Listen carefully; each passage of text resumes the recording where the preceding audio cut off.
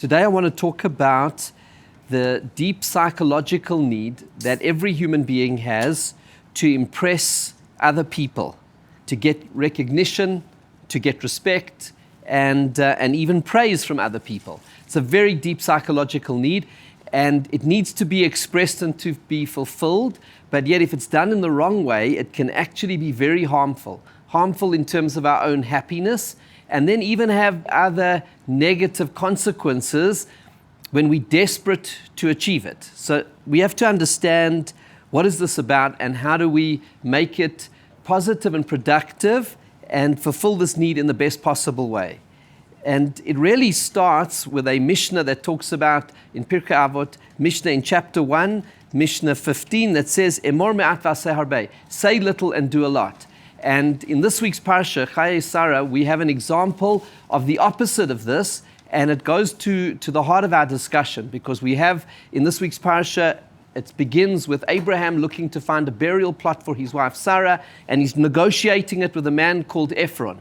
And Abraham's trying to acquire the cave of Machpelah, and they enter into negotiations. And the Ephron initially promises him the world. He says, look, you can have this thing. You can have it for free. You don't have to worry about a price. And then Abraham, in the end, pays a very high price, an exorbitant amount of money for it. And so initially, Ephron promises him the world, promises it for free, and then Abraham has to pay for it at a great deal. And the Gemara in Bava Metzia says, on page 87, it says, this is an example of how those who are of low integrity, people who are not righteous, behave the way Ephron did. He promises a lot, he doesn't deliver much. And then the Gemara contrasts it to the example of Abraham himself that we read about in last week's Parsha, at the beginning of the Parsha, when the angels come for a visit. He doesn't know that they're angels. He thinks that they're Arab wayfarers.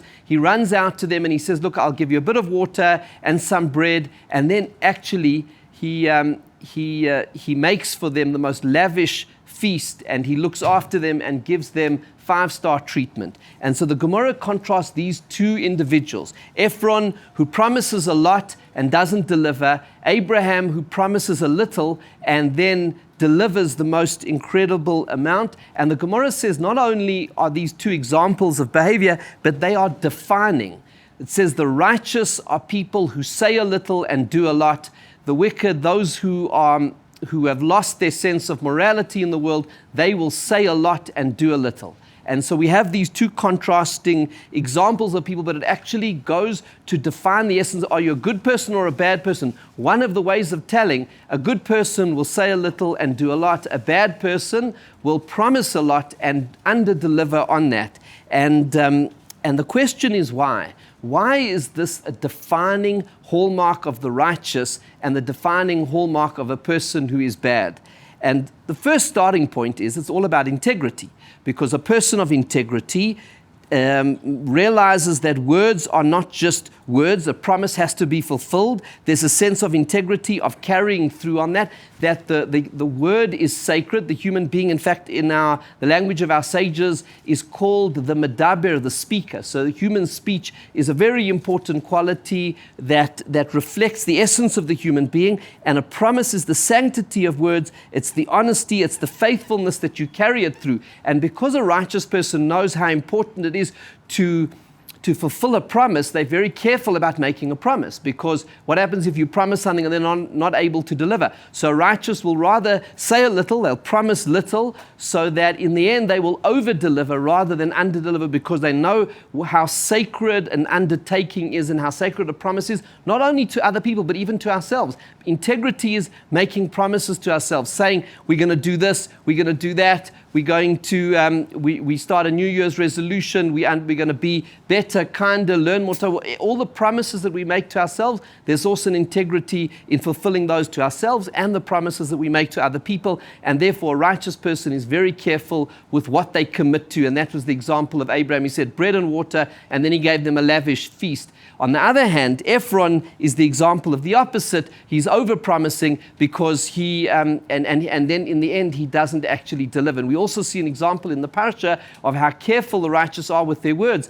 When Eliezer, Abraham's servant goes to find a wife for Yitzchak and encounters Rivka by the well, she offers him to provide him with water, and then afterwards, after she's given him water, she says, I will also give water for your camels. And that's taken an example of her tremendous chesed. Rav Moshe Feinstein notes the fact she didn't make the promise to provide water for the camels at the beginning. She first gives water to Eliezer. Now he's got his water. Then she says, I'll give to your camels as well. She's very careful not to promise something until she's ready to know that she can deliver, and she doesn't overpromise at the beginning and takes it step by step. This is all about the integrity of verbal commitments, of promises that we make, and therefore the righteous are people of integrity. Good people have integrity. Bad people do not have integrity. Therefore, the good people are very careful about what they promise, and the bad are not.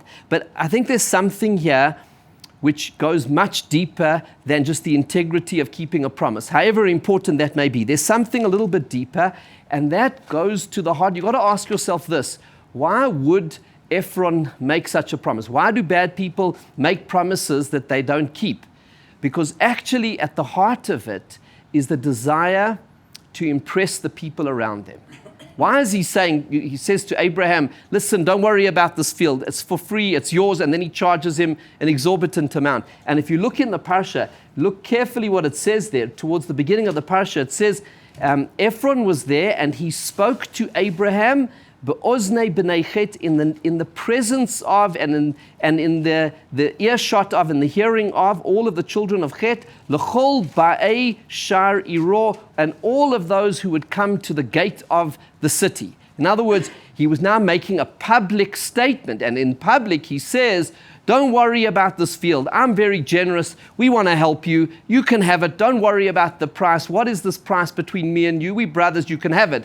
And then quietly, when the actual transaction takes place, then he charges a great deal of money. And so what he was really looking to do was to establish his social status amongst the people around him as a man of generosity, a man of great vision, a man who is magnanimous. And so this desire to impress the people around. And this goes to the heart of what I wanted to talk to you about, this very deep psychological need that every human being has to impress the people around them. And today we see it. I mean, one of the biggest industries in the world today, bar none, is that of social media. And what is at the heart of the social media world is the idea to impress the people around. It's the shares, it's the likes, it's how everything is curated so that people will look, they'll be impressed by the photographs, by the family occasions, by the holidays, by the achievements, and that they will share and like that. And everything is curated around the desire to impress the people and to say, look at me, look how well I'm doing, and to share that. So it's very, very deep. On the other hand, it is also a very dangerous impulse. When I say dangerous, it means that it can lead to harmful consequences for a person. As the Mishnah in Pirkei Avot says in chapter 4, Mishnah 28, that kavod, the desire for social recognition and praise, is amongst the forces and the character traits of a person that motzim es adam min olam, drive a person out of this world. And the commentators say, doesn't mean just this world, motzim es adam min olam takes a person out of the world. The commentators say this world and the next. Because this world, the desire for social recognition and praise and honor ruin relationships, damage the trust between people, create a pressure where a person is almost expecting the social recognition that causes all kinds of tension. It also causes people to make bad mistakes. When seeking the public acclaim, then people sometimes make mistakes of integrity, of doing things which are unethical, of all kinds of other errors which cause self-harm and cause damage to the person. So the drive, it becomes so desperate to get that social recognition that a person can make those mistakes. And obviously also olam haba, to the next world, because it is such a damaging character trait that it is regarded to be spiritually harmful and therefore highly problematic. And so in a certain sense, we're in a catch-22 here, because, and this is what we have to try and understand. On the one hand, Hashem has created the most powerful, deep internal need of a human being to need recognition and praise and acknowledgement from other people, and yet at the same time, it's regarded to be morally and psychologically unhealthy. So how do we put all of that together, and how do we find a way around it? Part of the answer is to go back to that Mishnah that we started with, which is the counter to what Ephron did. In other words, the righteous are those who say a little and do a lot. Now, why do they say a little and do a lot? Why do they say less and do more? One is because of the integrity of keeping promises. But there's something else here. It seems as if the righteous, like a person like Abraham and our role model and what we are striving for, is not to be interested in the impression that it makes with other people. Why? Because Abraham was much more concerned, and this is our guideline for how we should live, much more concerned not about what people will say, but is what I'm doing the right thing in the eyes of Hashem. And that becomes a much greater mark of what has been achieved. It's not what it looks like to others, but intrinsically, what is it like to Hashem? But then, what happens to the need for the recognition? And we realize that, self-esteem and the desire to be recognized is very deep. So what happens with that? So we have to go one step deeper and to say this. What the righteous realize, and what Abraham is teaching us for how we can live, is that actually there is a recognition that is received. That is the recognition from God himself. And what Abraham teaches us, and what we learn from this, is actually that recognition is far more valuable than any recognition a human being can give. Because ultimately, when a person is looking for that recognition and to impress, and the acknowledgement and the praise, the deepest human psychological need is to feel this: do our lives matter? Is what we're doing important? Is what we're doing worthy and valuable? The mistake that we make is then looking to the people around us to say they will affirm for us that we matter and that what we're doing is good. But actually, the only being that can really confirm that for us is Hashem himself, because he is the creator of life itself. So if we want to be truly worthy and valuable, we need to draw our sense of validity from the creator of existence itself. In other words, Hashem himself, who created life, can be the one who can bestow upon us the fact that we are worthy and valuable because he created life. And the righteous understand it. Therefore, they say a little and do a lot. Because the most important thing to the righteous person is, am I doing lots of mitzvahs? Am I doing good? Am I making a difference? Am I doing good and am I being noble and worthy in the eyes of Hashem? Then it doesn't matter what the people around say, because actually I'm drawing that out of myself. And then life draws its purpose, its meaning, the affirmation becomes internal, not external. And that's a much better place to be when it comes to happiness. The recipe for unhappiness is when you link your desired outcome to something over which you have no control. So if your happiness is dependent on the affirmation of others, you don't have any control of that. So then you've linked your sense of self-worth and happiness in life to what others will say. That leads to desperation, because we have to then persuade them, are they going to acknowledge us? And if they don't acknowledge us, then am I worthy? And if they don't praise me, then what have I done in life? I've achieved nothing. But if we realize it, we go internal. And the best way to understand it, there are two Mishnahs which stand side by side in contrast.